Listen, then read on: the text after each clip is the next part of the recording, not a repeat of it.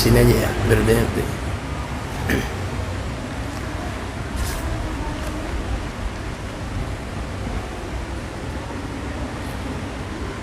Assalamualaikum warahmatullahi wabarakatuh. Al-Fatihah ila hadrati Syekhil Muallif fi hadzal kitabi wa ila arwahi walidina wa walidikum wa amwatina wa amwatikum wa amwatil muslimin ala niyati anna Allah ta'ala yataghashana wa yataghashahum birrahmah wal maghfirah wa yu'li darajatihim bil jannah وعلى نية أن الله يصلح أمورنا من أمور الدينية والدنيوية والأخروية ويفتح علينا فتوح العارفين ويفقهنا في الدين ويعلمنا التأويل ويرزقنا كمال الإخلاص واليقين وعلى كل نية صالحة بسر الفاتحة. أعوذ بالله من الشيطان الرجيم. Bismillahirrahmanirrahim. Alhamdulillahi Rabbil Alamin. Ar-Rahmanirrahim. Maliki yaumiddin. Iyyaka na'budu wa iyyaka nasta'in. Ihdinas siratal mustaqim. Siratal ladzina an'amta 'alaihim ghairil maghdubi 'alaihim waladdallin. Amin Allahumma amin. Amin ya Allah ya rabbal alamin. Bismillahirrahmanirrahim. Alhamdulillahi rabbil alamin. Wassalatu wassalamu ala asyrafil anbiya'i wal mursalin Sayyidina wa habibina wa syafi'ina wa maulana Muhammadin wa ala alihi wa sahbihi wa ansarihi wa junudihi wa man tabi'a hudahu ila yaumiddin. Amma ba'du, subhanaka la ilma lana illa ma 'allamtana innaka antal alimul hakim. Rabbi shrah li sadri wa yassir li amri wa hlul 'uqdatam min lisani yafqahu qawli. Rabbi yassir wa la tu'assir, Rabbi tammim bil khair.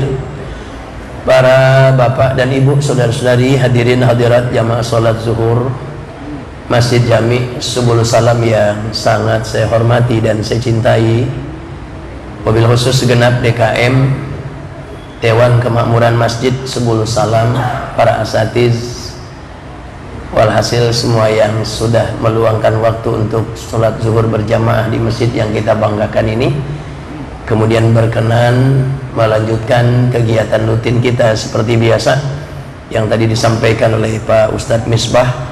Setelah tawakuf ya beberapa giliran sehubungan dengan kesibukan Idul Fitri, hari ini kembali kita lanjutkan. Semoga tidak ada yang sia-sia dari setiap aktivitas yang kita lakukan, yang kita selesaikan dari waktu ke waktu. Mudah-mudahan semua aktivitas tadi bernilai sebagai ibadah kita di sisi Allah Subhanahu wa ta'ala, menjadi ibadah kita yang diterima, sekaligus menjadi ibadah yang menghantarkan kita semua kepada ridho Allah Subhanahu wa ta'ala. Para bapak, ibu, saudara-saudari, hadirin dan hadirat yang saya muliakan, kita langsung saja karena memang porsi waktu yang diporsikan sedemikian rupa ya Bapak hadirin, untuk menjaga hal-hal yang hak-hak yang lain tetap terpenuhi dengan tidak terkurangi sedikit pun, kita akan maksimalkan memanfaatkan waktu yang ada ini dengan sebaik-baiknya. Masih melanjutkan terakhir itu bulan 1 ya. Bulan 1 sih, bulan 2 ya, terakhir kajian ya. Kita lanjut nih Bapak hadirin. Bismillahirrahmanirrahim. Qala Syekhul Muallif rahimahullahu ta'ala wa ghafara lahu wa liwalidayhi wa limasyayikhihi wa masyayikhina amin.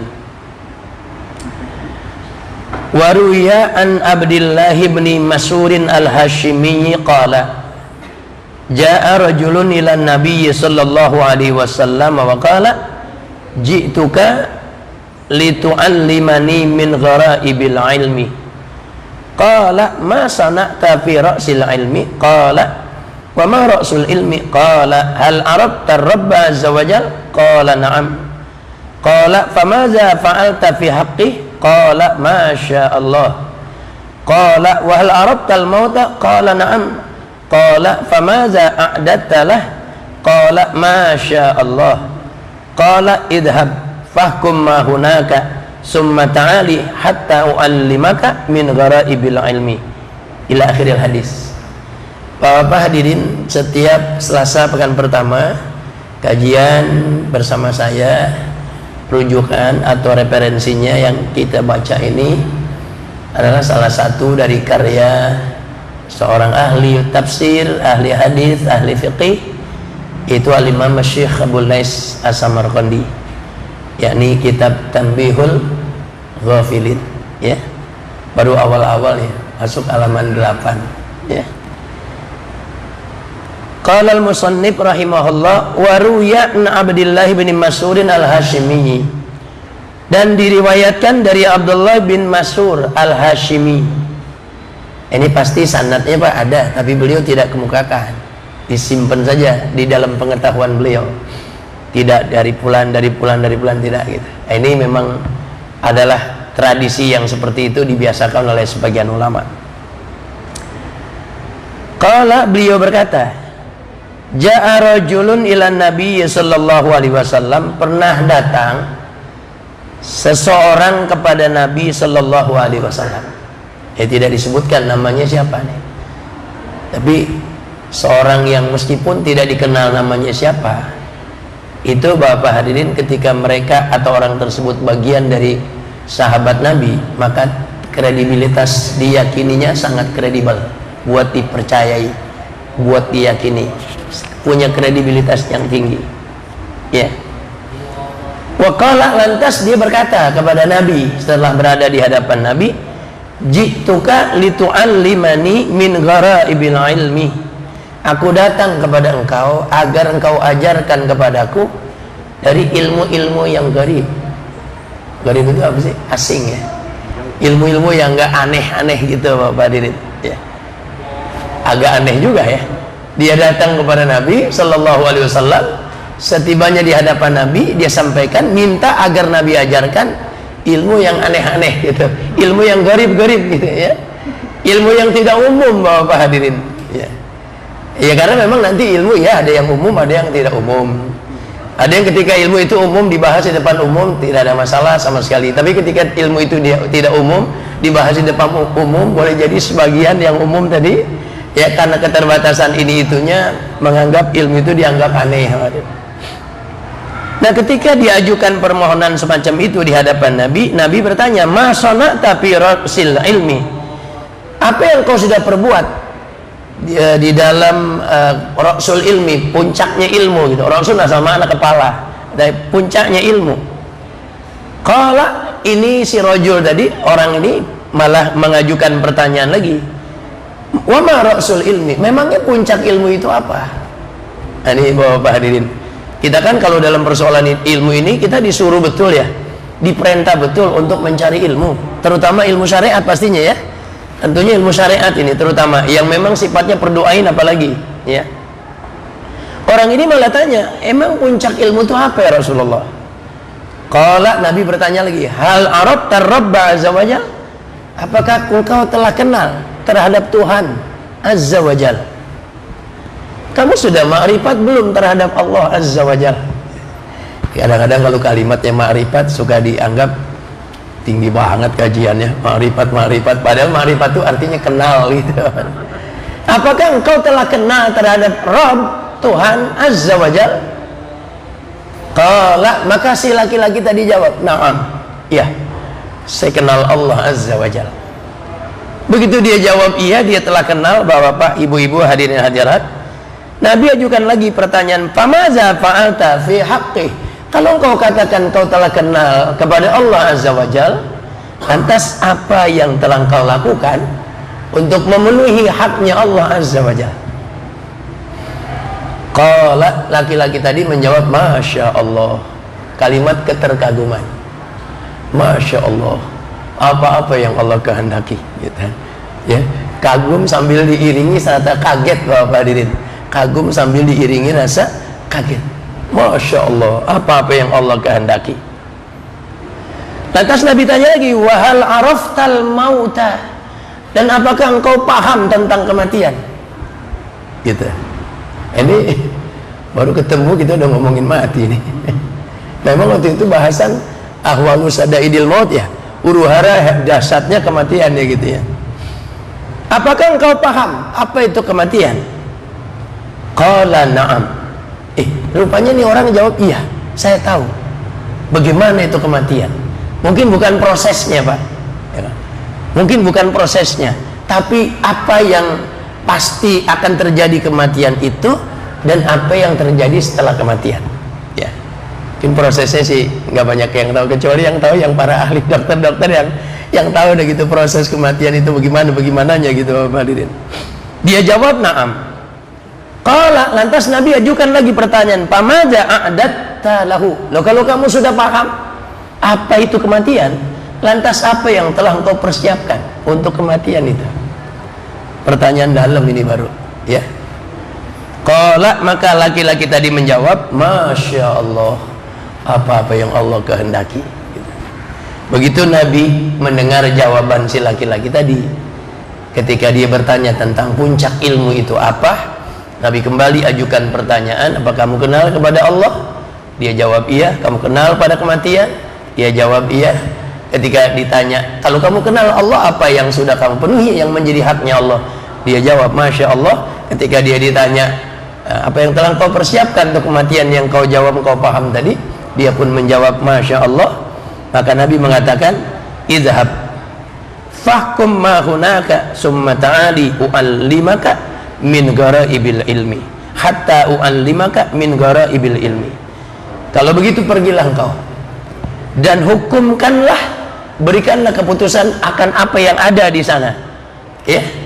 Kemudian setelah itu baru engkau kembali ke sini, kemudian kembalilah ke sini, datang lagi ke saya, kemudian agar saya ajarkan kepada engkau dari ilmu-ilmu yang gharib tadi, yang kau ingin supaya aku ajarkan kepada engkau ilmu-ilmu yang gharib itu. Bapak-bapak hadirin, ibu-ibu hadirat yang saya hormati, ya namanya yang nasihati Nabi. Ya udah, kalau gitu kamu pergilah, putuskan perkara yang terjadi di sana, selesai nanti kau datang lagi ke saya agar saya bisa ajarkan kemauan yang kau maui tadi, agar saya bisa ajarkan kepada engkau, untuk saya ajarkan kepada engkau ilmu-ilmu yang gharib.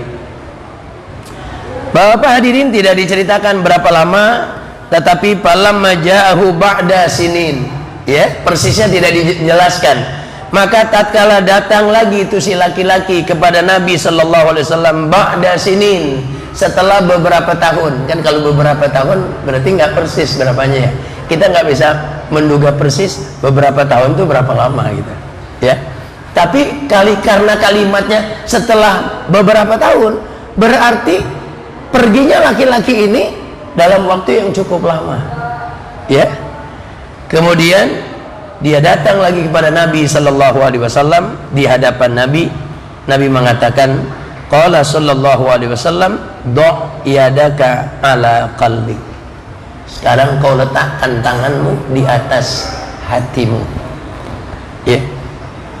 Kan kalau bahasan para ulama sufi itu katanya hati itu di sebelah kiri, ya Pak, ya, hati itu sebelah kiri. Ya tentunya hati ini bukan hati liver ya, ya, hati sanubari sebelah kiri, dua jari katanya dari arah tulang iga yang paling bawah. Ini sama sekali bukannya mau apa Pak, sesuai yang saya pahami saja. Ya nanti kan kalau dokter bisa jadi beda lagi kan gitu Bapak. Sesuai yang saya pahami, hati sanubari, dua jari di bawah dada sebelah kiri, sini kira-kira. Letakkan tanganmu di situ. Kemudian, fama la tarda li nafsik la tardahu li akhikal muslim. Maka apa-apa yang dirimu tidak meridhoinya, yang kamu tidak senangi, apa-apa yang kamu tidak senangi, tidak kamu sukai, maka jangan pernah yang tidak kamu senangi itu kamu lakukan terhadap saudaramu yang muslim. Ini jadi ukhuwah al-islamiyah. Jadi nanti kalau diperluas ada ukhuwah al-basyariyah, ada ukhuwah al-wataniyah, lain lagi nih Pak. Ini spesifik ukhuwah al-islamiyah, saudara sesama Islam. Kalau ukhuwah al-wataniyah kan berarti saudara sebangsa setanah air kan itu. Kalau ukhuwah al-basyariyah saudara ya dari sisi sama-sama manusia Pak. Nah ini spesifik saudara seagama. Apa yang kau tidak sukai, apa yang tidak menyenangkan bagi dirimu, jangan pernah itu kau lakukan kepada saudaramu yang muslim, lantas kamu beranggapan buat mereka diperlakukan seperti itu nggak ada masalah, padahal kamu sendiri tidak suka diperlakukan seperti itu.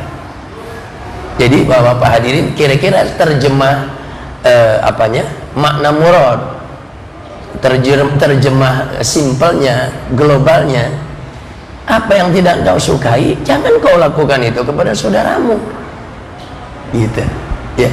Apa yang tidak engkau sukai orang perlakukan engkau, jangan kau perlakukan orang lain seperti itu.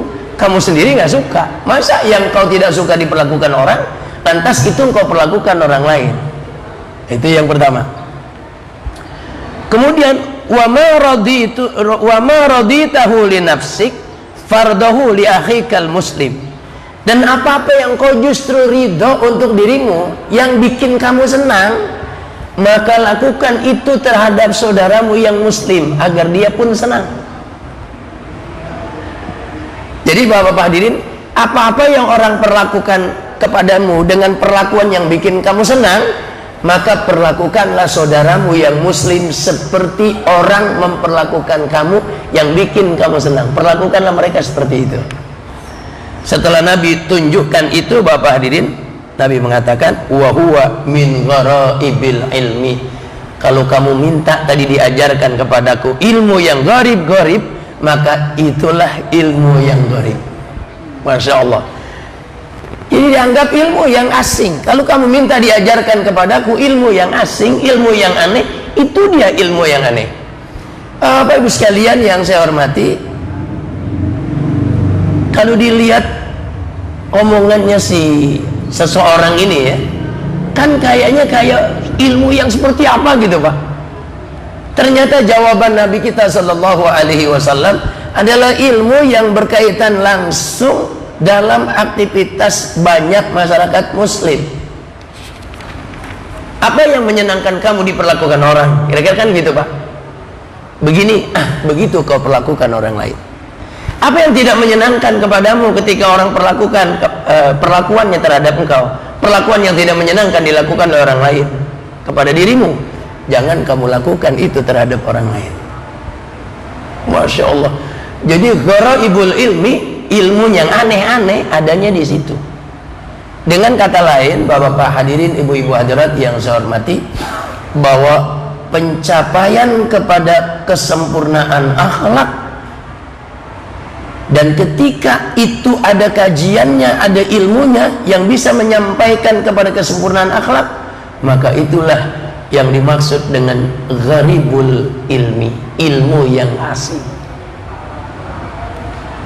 Ini bapak-bapak, ibu-ibu hadirin hadirat, kalau di era Nabi saja kan sebaik-baik kurun tuh, sebaik-baik generasi, ilmu begini sudah dianggap ilmu yang asing, apalagi di era kita sekarang ini. Makanya mungkin akhirnya kita banyak temukan orang tuh banyak yang ego, dia tuntut dari orang lain apa yang menjadi haknya dia, tapi dia abaikan hak orang lain yang sebenarnya hak orang lain itu menjadi kewajiban dia untuk dia penuhi. Nah ini begitu banyak orang yang penting saya bisa lewat, yang lain biarin aja kejebak macet. Yang penting saya bisa keluar, yang lain biarin saja berkutat di dalam. Yang penting saya aman, yang lain terserah kalau mereka tidak aman. Kan ananiyah ini. Maka akhirnya untuk kepentingannya tadi, dia lakukanlah cara-cara yang sangat-sangat tidak terhormat dalam tatanan akhlak Islam yang telah diajarkan oleh Nabi kita Muhammad sallallahu alaihi wasallam. Bapak-bapak sekalian yang saya hormati, fabayyanan Nabi sallallahu alaihi wasallam, lalu Nabi sallallahu alaihi wasallam menjelaskan annal istidada lil mauti min ra'sil ilmi, mempersiapkan kematian itu adalah puncaknya ilmu. Menjunjung akhlak, memperhatikan hak orang lain bukan hanya haknya dia, memperhatikan kepentingan orang lain bukan hanya kepentingan dia, itu bagian daripada ilmu yang aneh-aneh tadi, ilmu yang asing tadi. Mempersiapkan diri untuk kematian, itulah puncaknya ilmu. Ya Allah, karena memang benar bapak-bapak hadirin, ibu-ibu hadirat, sehebat sedahsyat apapun prestasi prestise setiap seorang hamba, tetap nilai ujungnya, nilainya itu ntar di ujung gitu. Maksud saya gitu, nilainya di ujung ntar. Nah, ujung ini ada dua, ada ujung yang bagus, ada ujung yang buruk.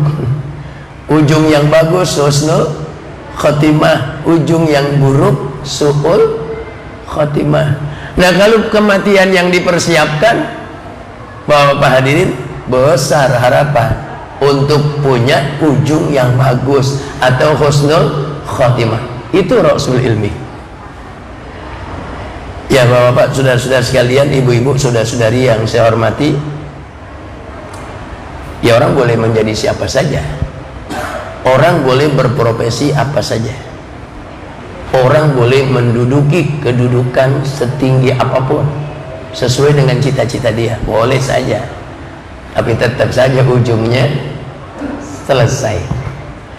Dan setelah selesai, pertanggungjawaban. Bisa mempertanggungjawabkan, tidak bisa mempertanggungjawabkan, bagaimana persiapan sekarang. Nah bapak-bapak ibu sekalian yang saya hormati, jadi dua hal yang betul-betul sebetulnya perkara yang sangat rumit dalam, tapi boleh jadi tidak sedikit orang mengabaikan. Ternyata gharibul ilmi, ilmu yang aneh itu adalah ilmu akhlak. Bagaimana kita menempatkan orang lain seposisi kita menempatkan diri kita. Kita senang diperlakukan orang lain seperti A, maka kita memperlakukan orang lain seperti A. Kita tidak senang orang lain memperlakukan kita katakanlah dengan perlakuan semisal B, maka kita tidak memperlakukan orang lain dengan perlakuan semisal B. Karena yang tidak menyenangkan kita pasti juga tidak menyenangkan orang lain, menyenangkan kita pasti juga menyenangkan orang lain. Ini akhlak. Dan ternyata puncak pengetahuan justru adalah persiapan menjelang kematian atau menuju kematian. Menuju, jangan menjelang. Persiapan menuju kepada kematian, karena kematian itu pasti. Saya kira ini Bapak Ibu materi kita pada hari ini. Ada satu peringatan dari Nabi, ada 3 perkara sebetulnya, tapi saya sampaikan satu saja. Nanti akhir zaman akan datang kepada umatku satu keadaan, dan ini nggak enak kalau keadaan ini terjadi. Allah kirim 3 bencana. 3 bencana itu, yang pertama, dia akan dikirimi penguasa yang zalim. Rakyatnya bodoh, tidak difasilitasi supaya rakyatnya pinter. Rakyatnya miskin, tidak difasilitasi supaya rakyatnya kaya. Rakyatnya sakit tapi tidak difasilitasi supaya sehat. Itu kan namanya pemimpin yang zalim tuh. Ya, tapi alhamdulillah ada BPJS, jadi berarti difasilitasi. Ada BOS ya, berarti difasilitasi. Anak-anak Indonesia minimal 9 tahun dapat pelajaran, minimal 9 tahun gitu ya. Kan gitu Pak Didin, nggak mampu ya ada biaya operasional sekolah yang disediakan oleh pemerintah. Jadi berarti belum nih Bapak Didin. Satu saat sangat bisa jadi. Yang kedua, berkah diangkat. Dan yang ketiga, nauzubillah min zalik, kebanyakan umat Nabi Muhammad SAW keluar dari dunia, berarti meninggal dunia tanpa bawa iman. Dan itu kematian yang paling mengenaskan, paling menyedihkan. Salah satunya adalah ketika mereka itu ya'budunallaha ta'ala fi syahri Ramadan. Mereka beribadah kepada Allah di bulan Ramadan saja. Setelah Ramadannya selesai, ibadahnya mungkin kalau terawih iya Pak, Ramadan aja, selesai Ramadan nggak terawih. Tapi di Ramadan jamaah rajin, baca Quran rajin, sedekah rajin, selesai Ramadan nggak pernah kelihatan berjamaah. Qurannya dilipat sampai rapat betul, sedekahnya pun bukan main, pelit sekali ya. Nah ini berarti orang yang hanya beribadah di bulan Ramadan. Kalau sudah seperti itu, akan Allah kirim 3 bencana, dan itu sudah disinyalir oleh Nabi kita Muhammad SAW. Saya kira pertemuan kita siang hari ini cukup. Mudah-mudahan ada manfaatnya buat saya, buat kita semua. Mudah-mudahan ilmu-ilmu yang aneh tadi ada pada kita. Puncak ilmu itu pun sudah sangat lama kita pahami, kita sadari, bahkan kita sudah melakukan upaya-upaya untuk persiapan ke sana. Saya kira ini, mari kita baca Fatihah sebelum kita tutup ini majelis dengan doa. Selalu kita doakan saudara-saudara kita yang sedang Allah uji kesehatannya dengan segala macam penyakit yang mereka rasakan, baik yang hanya sebatas dirawat jalan, terlebih-lebih yang sampai dirawat inap, baik di rumah sakit Pasar Rebo maupun di rumah-rumah sakit yang lain. Semoga kepada mereka dan anggota keluarganya Allah tambahkan, Allah lipat gandakan kesabarannya, Allah beri kemudahan untuk memperoleh kesembuhan dan kesehatannya, Allah beri sembuh sehat seperti sedia kala. Apapun yang dibutuhkan sepanjang proses pengobatan penyembuhan berlangsung, semoga Allah yang Maha Kaya akan mencukupinya. Para dokter, para perawat, seluruh tenaga medis ya, yang memang berkonsentrasi penuh untuk membantu proses penyembuhan mereka pun diberikan kesehatan, kekuatan yang berlipat ganda, dapat melayani seluruh pasien-pasiennya dengan pelayanan sebaik-baiknya, dan pastinya pahala di sisi Allah Subhanahu wa taala diberikan ganjaran yang berlipat ganda juga termasuk buat kita semua. Dan yang tidak kalah pentingnya, semoga Allah teguhkan iman Islam kita, diberi kita umur panjang dalam sehat, dalam taat, dalam rahmat, dalam berkah, dalam ridho Allah Subhanahu wa taala. Dan kita tidak lupakan saudara-saudara kita yang sudah persiapan terbang untuk melaksanakan ibadah haji, yang sudah masuk asrama, yang sedang dalam pesawat, yang sudah sampai di Madinah ya, baik jamaah hajinya maupun petugasnya, mudah-mudahan diberikan kesehatan, kelancaran, haji mereka mabrur, umroh mereka mabrurah, dan semoga yang belum punya kesempatan Allah beri kesempatan di masa-masa yang akan datang. Ala hadhihi niyyah al-Fatihah. A'udzu billahi minasyaitonir rajim. Bismillahirrahmanirrahim. Alhamdulillahi rabbil alamin arrahmanir rahim maliki yaumiddin. Iyyaka na'budu wa iyyaka nasta'in. Ihdinas siratal mustaqim. Siratal ladzina an'amta 'alaihim ghairil maghdubi 'alaihim waladdallin. Amin ya rabbal alamin. Bismillahirrahmanirrahim. Alhamdulillahi rabbil alamin. Allahumma salli wa sallim wa barik ala Sayyidina Muhammad wa ala ali Sayyidina Muhammad. Allahumma alhimna ilman na'rifu bihi awamiraka wa nawahiyaka, warzuqna fahman na'lamu bihi kaifa nunaji. Allahumma nawwir qulubana binuri hidayatika kama nawwartal arda binuri syamsika ilaih abadan sarmada ya rabbal alamin. Nas'aluka bi barakati suratil Fatihah an taqdiya hawaijana wa tujiba du'aana ya rabbal alamin. Wa sallallahu ala sayyidina Muhammadin wa ala alihi wa sahbihi wa sallam. Alhamdulillahi rabbil alamin. Para bapak ibu hadirin hadirat, demikian, terima kasih atas segala perhatiannya, kurang lebih mohon maaf. Wallahu a'lam bishawab. Assalamualaikum warahmatullahi wabarakatuh.